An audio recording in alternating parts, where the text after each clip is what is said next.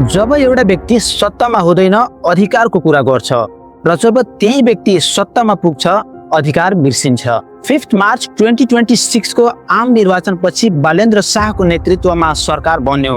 सरकार बनेको केही दिनमै बागमती किनारमा रहेका सुकुम्बासी बस्तीहरू हटाउने अभियान सुरु भयो। काठमाडौँमा रहेका करिब 19 वटा बस्ती हटाइए, 2600 भन्दा बढी छाप्राहरू भत्काइए र करिब 15,000 भन्दा बढी मानिस विस्थापित भए। तर्क के दियो? वर्षायाममा डुबानको जोखिम छ, मानिसको ज्यान जोगाउन हटाइएको हो। यो तर्क आफैमा गलत होइन। प्रश्न त्यहाँ होइन, प्रश्न हो हटाएपछि के भयो त? सरकारले भनेको थियो किनारबाट हटाएर व्यवस्थित ठाउँमा राख्ने, तर व्यवहारमा भयो के? कीर्तिपुर होल्डिङ सेन्टर जस्ता ठाउँमा राखियो जहाँ हालकै वर्षमा मुई बाढीको जोखिम देखियो। जुन जोखिमकै आधारमा उनीहरूलाई किनाराबाट हटाइएको थियो, अर्थात् जुन खतराबाट बचाउने भनियो त्यही खतरामा फेरि पुर्याइयो। यो न त पुनः व्यवस्थापना भयो न त सुरक्षा। एक ठाउँबाट अर्को ठाउँमा समस्या सार्ने काम मात्र भयो। यही क्रममा शनिबारका दिन जेएनजी अभियन्ता माजिद अन्सारी लगायत 3-4 जना अभियन्ता कीर्तिपुरको सोही होल्डिङ सेन्टरमा बाढी पीडित परिवारका अवस्था बुझ्न पुगे। तर त्यहाँ प्रहरीको बिहेभियर देख्दा गम्भीर प्रश्न उठाएको छ। सुकुम्बासीहरूको अवस्था बुझ्न र उनीहरूको समस्याबारे जानकारी लिन खोज्दा प्रहरीले उहाँहरूमाथि डिसरिस्पेक्ट गरेको देखिन्छ। त्यसै क्रममा माजिद अन्सारी ज्यूमाथि कुटपिट गरिन्छ।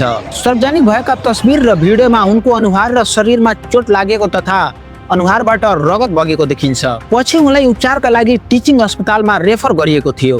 प्रहरीको भनाइ अनुसार सुकुम्बासीहरूको उद्धार कार्यमा बाधा पुर्याएको भन्दै न्यूनतम बल प्रयोग गरिएको छ। के एउटा जिम्मेवार नागरिक त्यहाँको अवस्था बारे जानकारी लिन खोज्दा प्रहरीलाई डिस्टर्ब भयो र बल प्रयोग गर्ने अवस्था आएको हो र? यो पक्कै पनि हुनुपर्ने थिएन। के अब आम नागरिकले पीडितको अवस्था बुझ्न, प्रश्न गर्न र आवाज उठाउन नपाउने हो र? विडम्बना त के छ भने यही युवा पुस्ता जेएनजी आन्दोलनले वर्तमान सरकारलाई सत्तामा ल्याउन महत्त्वपूर्ण भूमिका खेलेको थियो। तर आज त्यही पुस्ता सुकुम्बासीको हक र अधिकारको कुरा गर्दा प्रहरीको लाठी र हिरासत भोग्नु पर्ने अवस्थामा छ। यहाँ एउटा कम्पेयर जरुरी छ। सेप्टेम्बर 2020 मा प्रहरीद्वारा तत्कालीन मेयर बालेन्द्र शाहको पत्नीको गाडी रोक्दा उहाँको कस्तो स्ट्याटस आएको थियो भन्ने कुरा हामी सबैलाई थाहा नै छ। स्ट्याटस यस्तो थियो, आजको लागि केही भएन, भोलिबाट हाम्रो महानगरपालिकाको कुनै पनि गाडी सरकारबाट रोकियो भने सिंहदरबारमा आगो लगाइदिन्छु। याद राख चोर सरकार। अर्थात् आफ्नो परिवारको गाडी रोक्दा संस्थागत भवन जलाउने धम्की दिने हदसम्म प्रतिक्रिया देखाउने व्यक्ति आज प्रधानमन्त्री भएपछि सुकुम्बासीहरूको अवस्था बुझ्न गएका विद्यार्थीहरूमाथि प्रहरीद्वारा बल प्रयोग हुँदा मौन छन्।